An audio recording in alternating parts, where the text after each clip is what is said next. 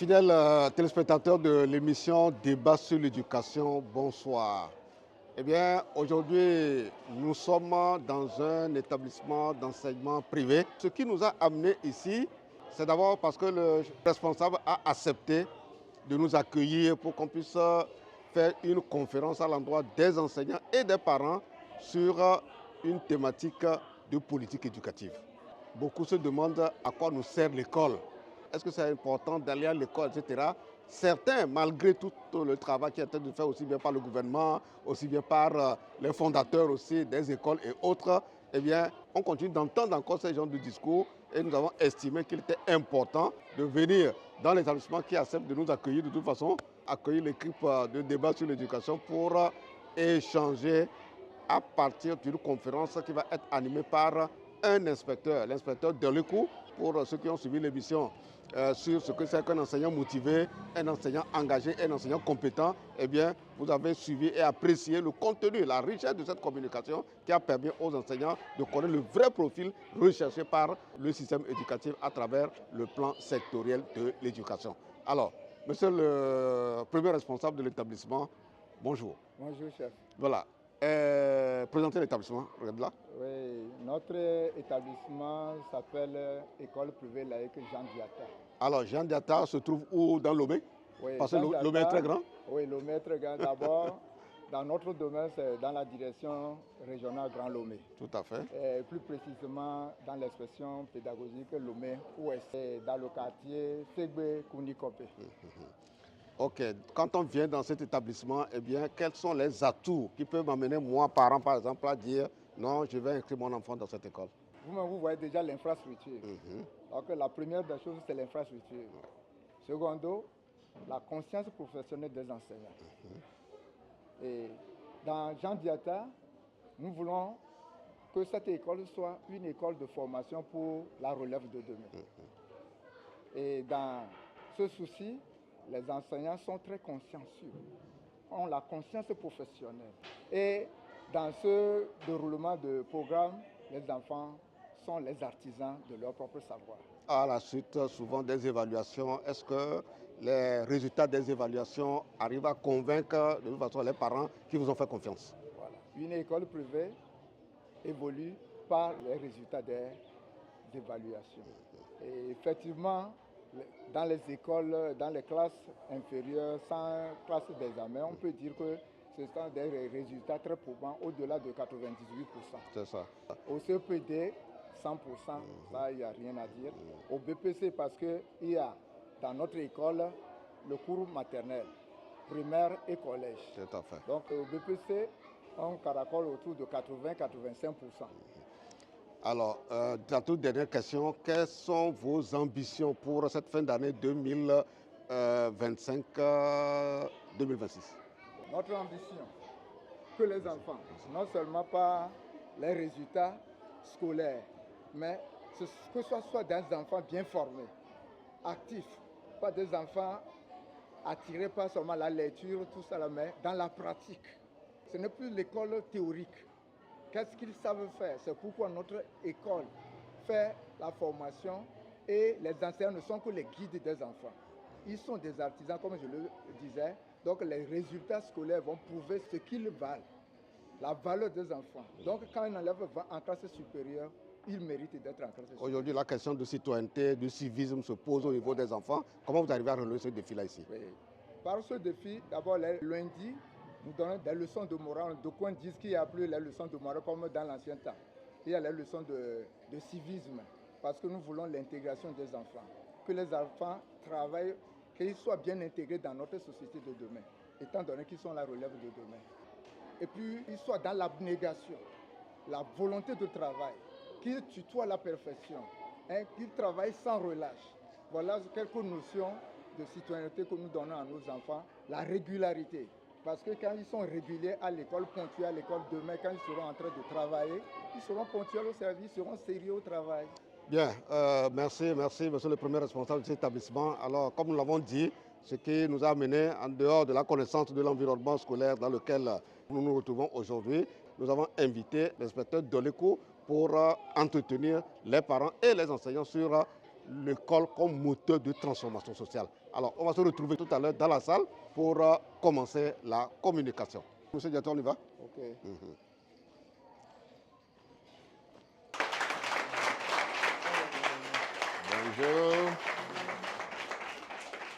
Bonjour, directeur. Bienvenue, inspecteur. Merci.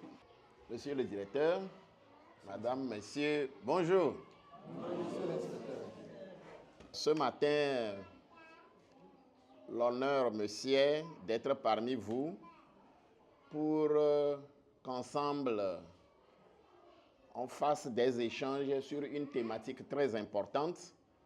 La thématique, c'est le rôle de l'école comme moteur de développement. L'école comme moteur de développement. Souvent, dans nos sociétés, il n'est pas rare d'entendre des gens qui disent l'essentiel c'est d'avoir de l'argent, l'école c'est pas important. Mais aujourd'hui, nous tous, nous sommes d'accord que le monde a tellement évolué que nul ne saurait se soustraire de l'éducation formelle qui donne les b.a.-ba d'une vie adaptée aux réalités du moment. Raison pour laquelle nous avons été sollicités par monsieur le directeur de l'école où nous sommes pour nous entretenir avec vous, les premiers acteurs, les enseignants et les parents. Voici donc l'objet de notre présence parmi vous ce matin. École comme moteur de transformation sociale. Voilà le thème sur lequel nous allons débattre un peu ce matin. L'école comme moteur de transformation sociale. Ce thème est particulièrement intéressant pour nous car l'éducation est un facteur clé de développement et de progrès social. Nous allons ensemble explorer comment l'école peut contribuer à transformer notre société et à améliorer la vie des individus. Nous allons discuter des avantages et des défis de l'école en tant que moteur de transformation sociale, sans oublier de partager nos idées et expériences personnelles, en prenant soin, bien sûr, de recueillir les vôtres aussi. Le rôle de l'école dans la transformation sociale. Comment est-ce que cela se manifeste concrètement? L'école joue un rôle de transmission de valeurs et de connaissances. Je parle de valeurs ici, les normes que nous devons normalement posséder pour être en harmonie avec la société, avec les autres. En termes de transmission de valeurs, nous avons les notions de justice, d'égalité, de solidarité et de citoyenneté que l'école véhicule. L'école permet également l'acquisition de connaissances et de compétences nécessaires pour participer activement à la société. C'est-à-dire les élèves que nous accueillons, vos enfants que vous nous envoyez, l'école leur transmet des capacités, des habiletés, des compétences, des connaissances, des comportements qu'ils doivent adopter pour être en symbiose avec les normes sociales, les normes qui régissent notre communauté, notre nation, notre société. L'école joue aussi un rôle de promotion de la mobilité sociale. Qu'est-ce que ça veut dire?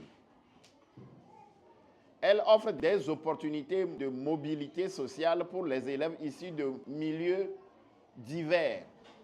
Par exemple, le matin, les enfants proviennent de différentes familles, différents quartiers, de différentes couches sociales et convergent vers notre école ici. C'est des opportunités qui s'offrent à chaque enfant durant le trajet de vivre des faits réels de vie. Il faut qu'il traverse la route en observant ce qu'il faut pour qu'il n'y ait pas d'accident. Il faut qu'il respecte les autres. Il faut qu'il salue. Il faut qu'il se sache discuter avec les camarades, etc. C'est des valeurs que l'école permet à l'enfant, ne serait-ce que sur le trajet maison-école, école-maison, il y a beaucoup de choses que l'enfant acquiert. L'école permet d'acquérir des compétences et des connaissances nécessaires pour améliorer leur statut socio-économique. C'est-à-dire les élèves, quand ils vont arriver ici, au travers de tout ce que nous leur enseignons, nous enseignants, nous leur transmettons comme connaissances, il y a beaucoup de valeurs qui sont en filigrane transmises. Chaque discipline, que ce soit les sciences sociales ou les sciences pures, les mathématiques, les langues, ce sont des disciplines qui sont enseignées d'une certaine manière et qui confèrent des compétences diverses aux apprenants afin qu'ils puissent se préparer à affronter leur vie future d'acteurs de développement de la communauté. L'enseignant, par exemple, transmet des connaissances en langue, en français, en anglais et autres. L'enfant aura besoin de la langue pour communiquer. Il y a des compétences qu'on leur transmet en mathématiques, en histoire et géographie, ce que j'appelle les sciences sociales. Ce sont des compétences qu'il aura à utiliser dans la vie d'adulte. Il peut devenir un expert comptable, il va faire appel aux connaissances acquises en mathématiques. Il peut devenir, je ne sais pas, architecte, il peut devenir pilote, etc. L'école prépare l'enfant à la vie future qu'il aura à mener.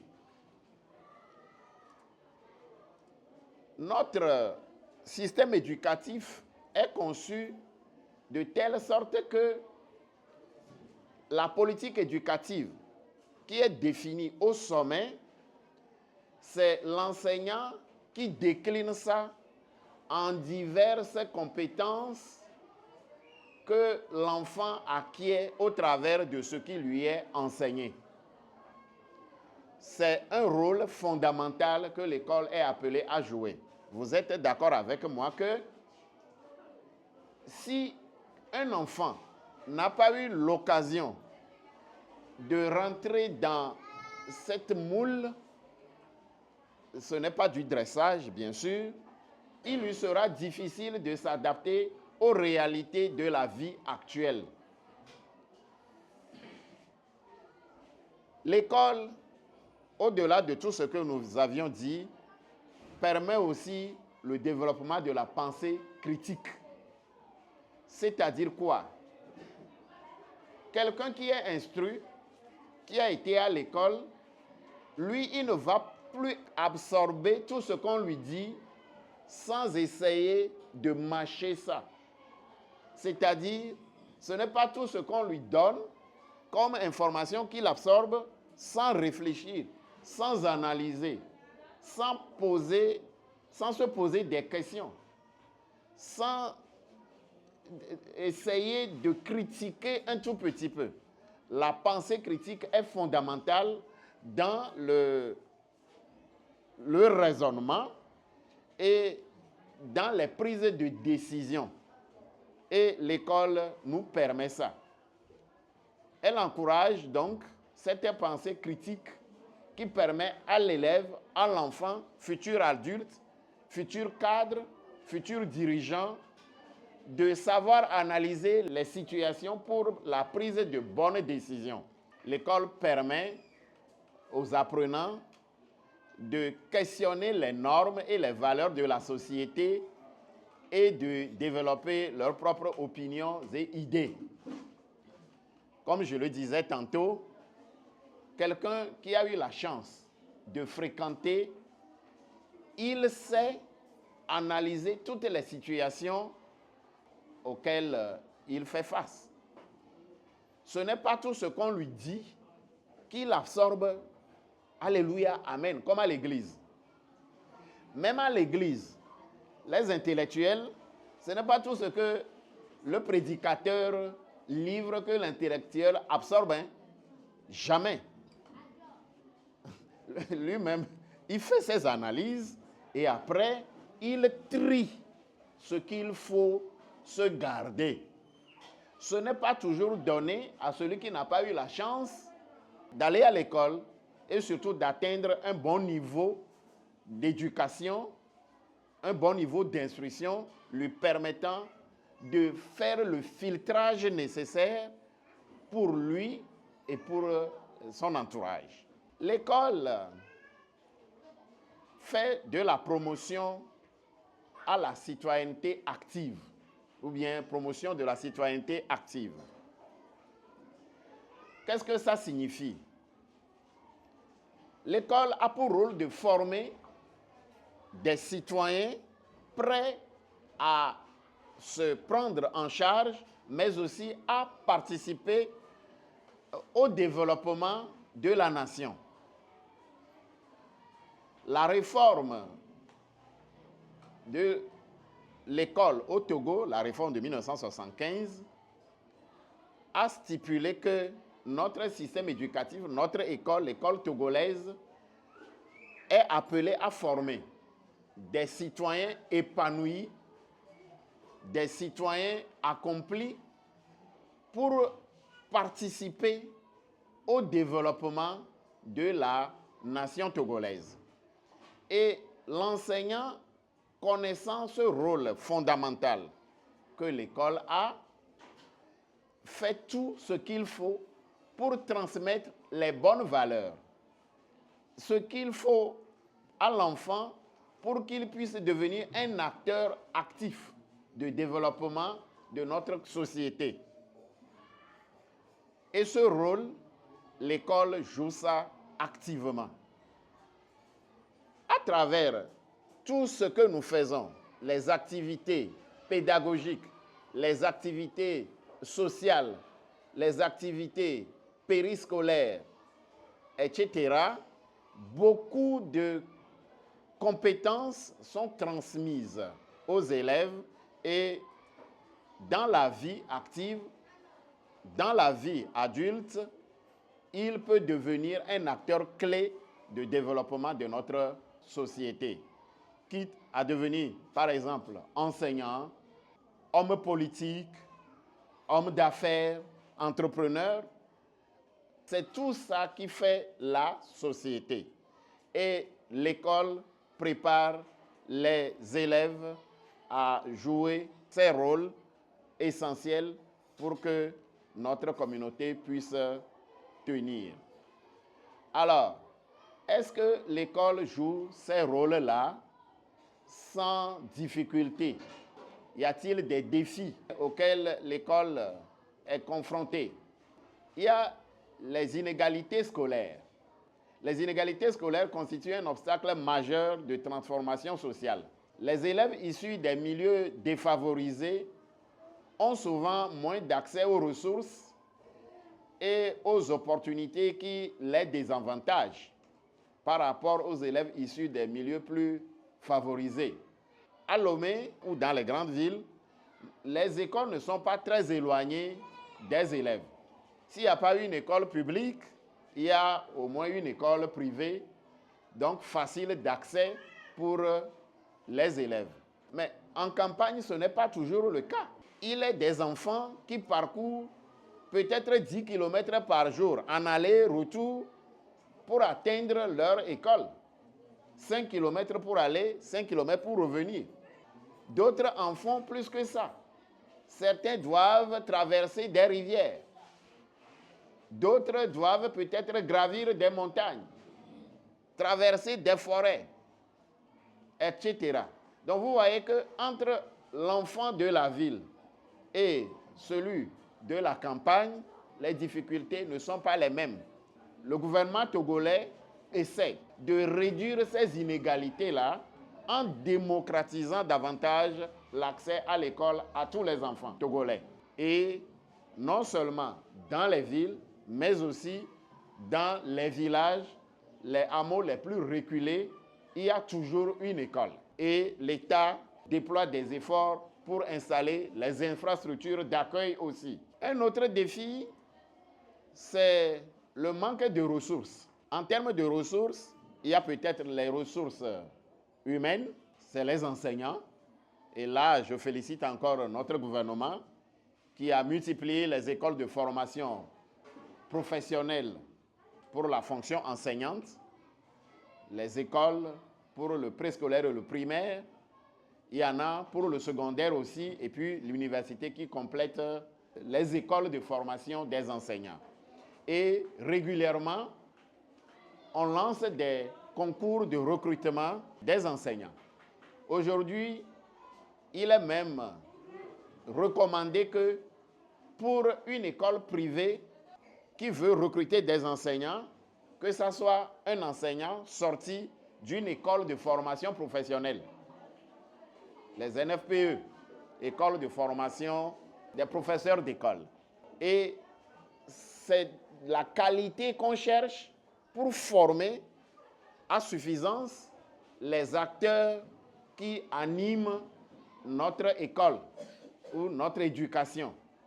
Il y a aussi les ressources d'ordre matériel qui peuvent manquer. Les infrastructures d'accueil, ce n'est pas toujours ce que nous souhaitons, mais les efforts se déploient. Ici, j'admire bien le cadre, c'est bien construit, il n'y a pas de menace qui va embêter et le personnel enseignant et les élèves. Donc, des efforts sont souvent déployés pour relever ces défis de ressources. Il y a par exemple les infrastructures adaptées. Il y a aussi le problème de matériel pédagogique parfois insuffisant, les manuels, les livres et tout ce qu'il faut comme matériel didactique et pédagogique.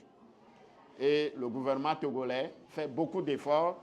Le primaire aujourd'hui, les manuels de calcul et de français sont édités et mis gratuitement à disposition des élèves.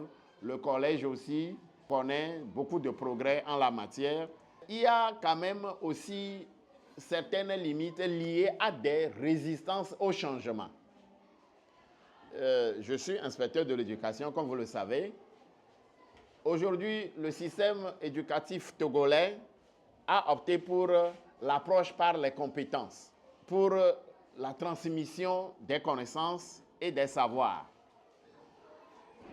Il n'a pas été toujours facile aux acteurs de terrain que sont les enseignants de rentrer dans cette nouvelle dynamique.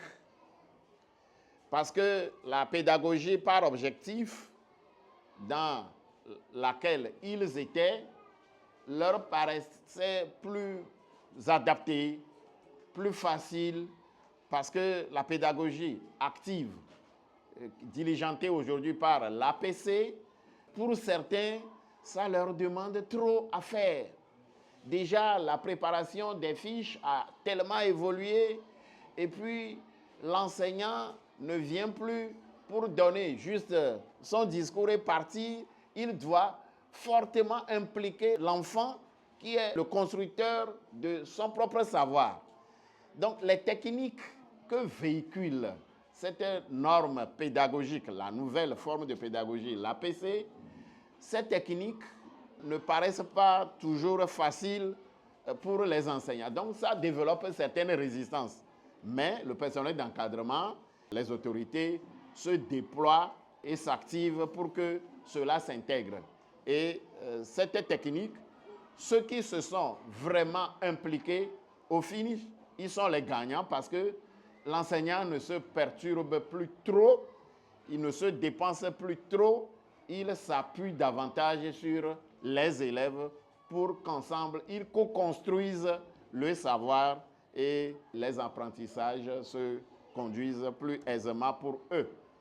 Les eux ici, c'est ceux qui se sont engagés et s'appliquent. Les limites et les défis, il y en a qui sont internes, mais aussi externes. Ce que je venais de citer, c'est des limites internes, ça. Mais il y a des limites externes qui essayent d'influencer négativement le rôle que l'école est appelée à jouer. Il y a la pauvreté, par exemple. Nous savons que nous sommes un pays en voie de développement. Ce n'est pas encore la vie telle que nous l'aurions souhaité. Il y a des écoles qui sont à plus de 100 000 francs l'année. Certains sont même autour du million.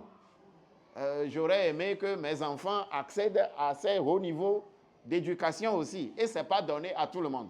Il faut qu'on reconnaisse que c'est un des problèmes qui limite le rôle de l'école en tant que moteur de développement social. Il y a aussi la violence. La violence, en tout cas, les enseignants ne le sont plus vraiment. Nous tous, on nous avait bastonné à l'époque, mais aujourd'hui, la bastonnade est proscrite. Donc, cette violence physique qu'on exerçait sur l'enfant qui n'a pas compris et qui ne pouvait pas résoudre les problèmes, ça ne se passe plus dans les classes. On ne violente même plus psychologiquement, c'est-à-dire les insultes, les injures, les dénigrements, c'est proscrit.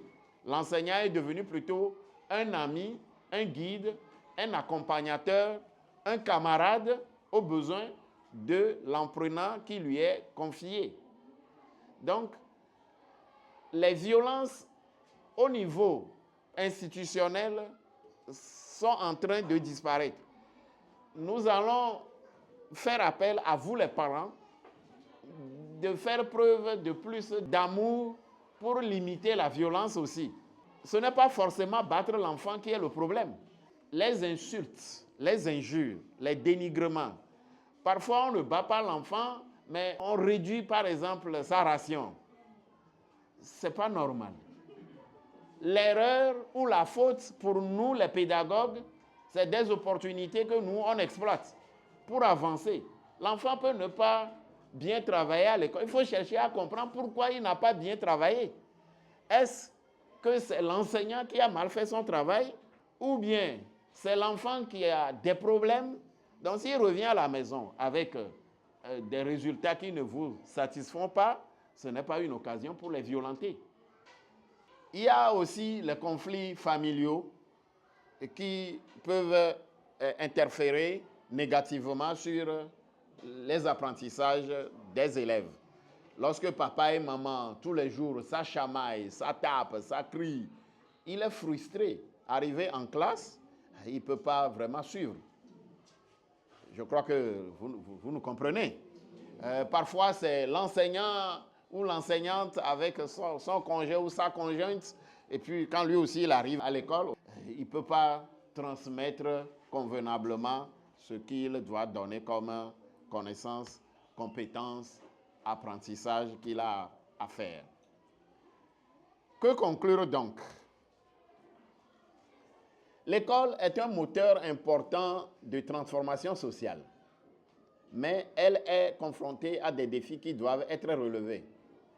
Pour renforcer l'impact positif de l'école, nous recommandons de mettre l'accent sur les programmes d'éducation à la citoyenneté et à la responsabilité sociale.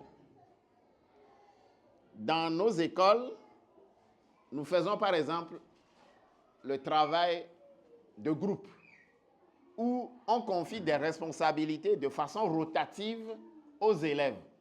Ils apprennent à collaborer, ainsi à assumer des responsabilités, à jouer des rôles en groupe dans la communauté. Et c'est ça qui va se répercuter dans leur vie d'adulte pour qu'ensemble, on puisse travailler.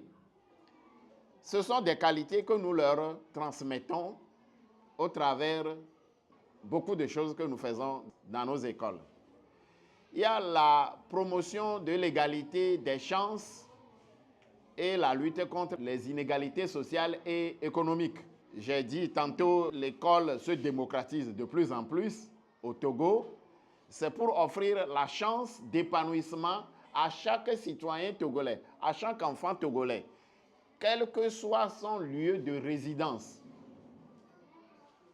Donc, on essaie de réduire les inégalités comme ça.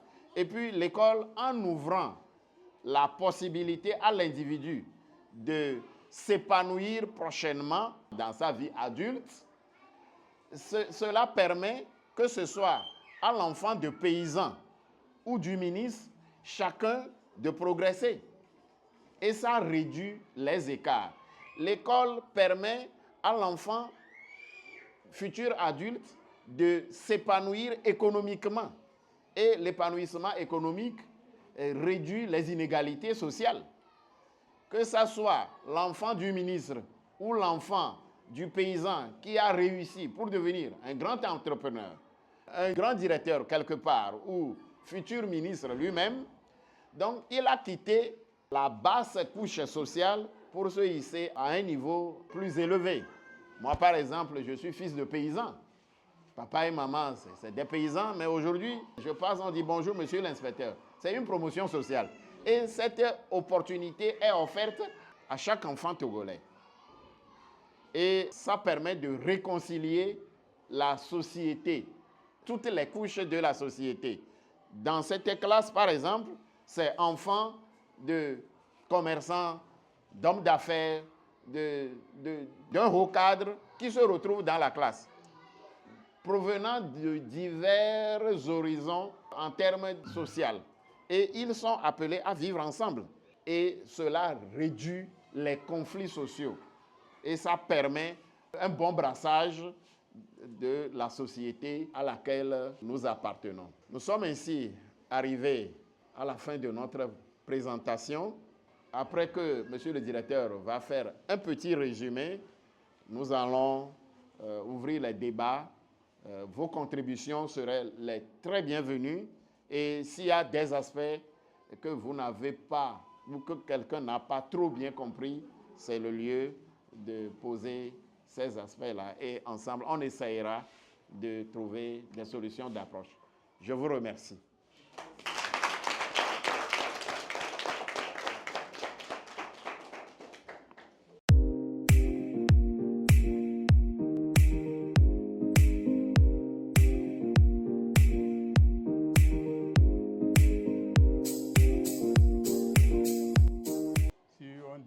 Apprendre, ça n'est pas pour rien.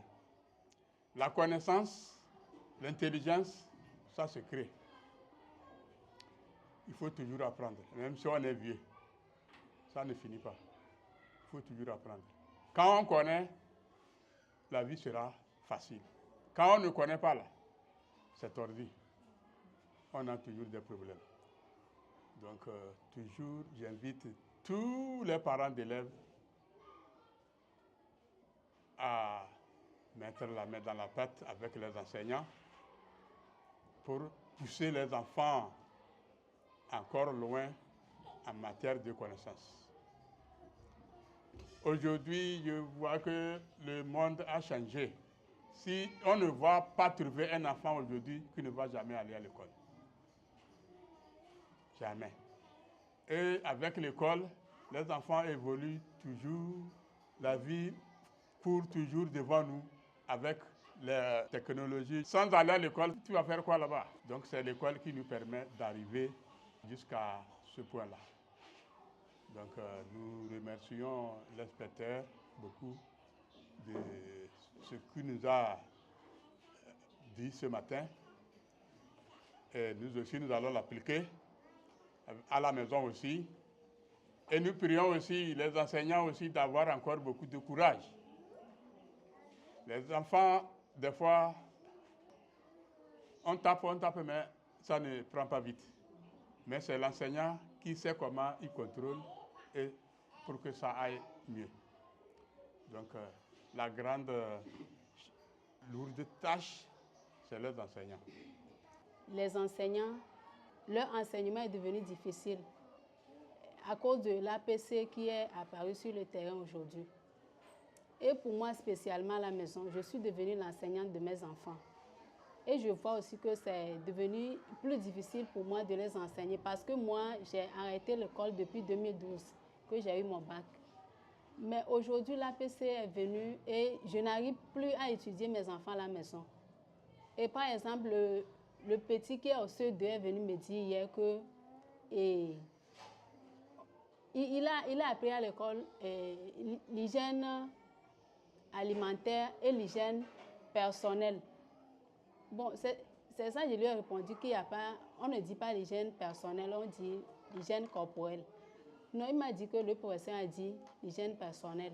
Donc, quand j'ai vu dans son cahier, c'est l'hygiène personnelle, j'ai vu. Alors que nous, on n'a pas appris ça. On a appris l'hygiène corporelle. Donc, les choses sont difficiles. Je n'arrive plus à étudier les enfants à la maison, à leur apprendre leurs trucs. Donc, j'aimerais savoir comment nous, les parents, allons faire pour bien étudier ou bien aider nos enfants à la maison, pour qu'ils arrivent à bien arriver à bon port. De nos jours, bon nombre de personnes étaient à l'école. Ils ont des compétences et aussi doués dans leur domaine. Au retour, ces personnes-là sortent à faire des travaux qui ne sont pas à leur niveau d'études. Comment est-ce que nous pouvons faire? Merci beaucoup.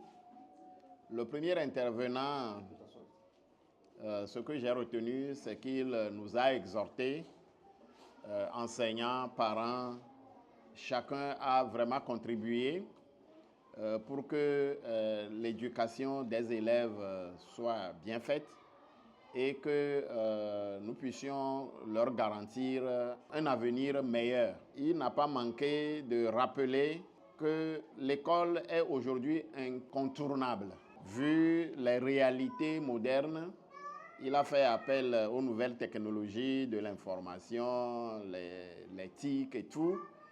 Donc, il exhorte les participants et toute la communauté togolaise, bien sûr, à reconsidérer sa perception de l'école comme étant fondamentale pour l'harmonie sociale, mais aussi la promotion de notre communauté togolaise. Nous tenons vraiment à remercier notre papa. La deuxième intervenante, c'est madame, qui pose un problème d'adaptation aux évolutions pédagogiques.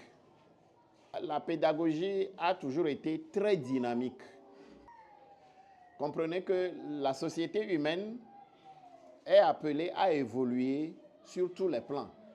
Et les façons de faire aussi doivent évoluer et s'adapter aux réalités. Avant, c'était comment? L'enseignant vient, il prépare son cours, il dicte ou bien il copie, l'enfant recopie, il va à la maison et il apprend pour venir déverser. Il paraît que par le passé, des enseignants cherchaient même leurs mots. Heureusement que moi, je n'étais pas à cette école, sinon je serais trop fainéant. Oui, moi, je ne sais pas bûcher. Si je manque un coup, je peux recopier, mais je ne comprendrai jamais. Mais quand je suis là, je participe, je pose des questions à mon ami. C'est que moi, j'ai appris ça. Beaucoup d'élèves sont comme ça. Peut-être que vous étiez moulu dans l'ancien système et il fallait que... Mais aujourd'hui, ce n'est plus le cas. C'est l'enfant qui est davantage sollicité et ensemble avec l'enseignant, ils construisent le savoir. C'est ça l'APC. Ce n'est pas au fait quelque chose de difficile. Non, non, non. Au lieu qu'on vienne lui donner des instructions et puis il s'en va pour aller s'exécuter, cette fois-ci, là, lui-même, il contribue. En tant que parent, c'est que vous devez d'abord beaucoup collaborer avec les enseignants. On ne peut pas inscrire son enfant et puis tous les jours on assure sa nourriture, son déplacement et puis il revient à la maison, on dit bon je vais l'accompagner. Non, vous devez communiquer avec les parents. Le problème qu'on vous a posé, hygiène corporelle, hygiène personnelle. Pour moi, il n'y a pas encore problème. Que ce soit hygiène corporelle ou hygiène personnelle, c'est une affaire d'hygiène. Qu'est-ce qu'on y met? Le contenu. C'est ça l'essentiel. On est d'accord? Donc, vous devez retourner vers l'enseignant pour chercher à comprendre. Pourquoi il dit désormais hygiène personnelle et non plus corporelle? Vous comprenez là? Donc, pour moi, ça, ce n'est même pas un problème. C'est juste un problème de contenu que vous devez aller discuter avec l'enseignant. Donc, l'APC, je l'ai déjà dit, ce n'est pas différent de ce qu'on faisait. Avant, on enseignait par objectif, c'est-à-dire on définit des objectifs que l'enseignant doit atteindre et c'est ça, il vérifie chez l'enfant. Maintenant, là, en plus des objectifs qu'il continue par définir, qu'est-ce que l'enfant peut bien faire avec ce qui lui est enseigné? Quelle facilité il peut avoir pour transposer de façon pratique ce qu'il a appris?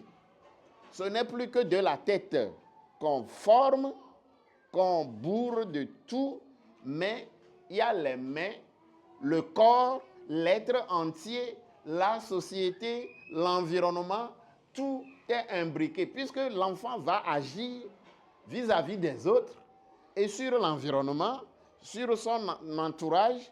Donc on met tout ça là dans la sauce de l'APC et on apprend à l'enfant à résoudre des situations problèmes, des situations de vie courante.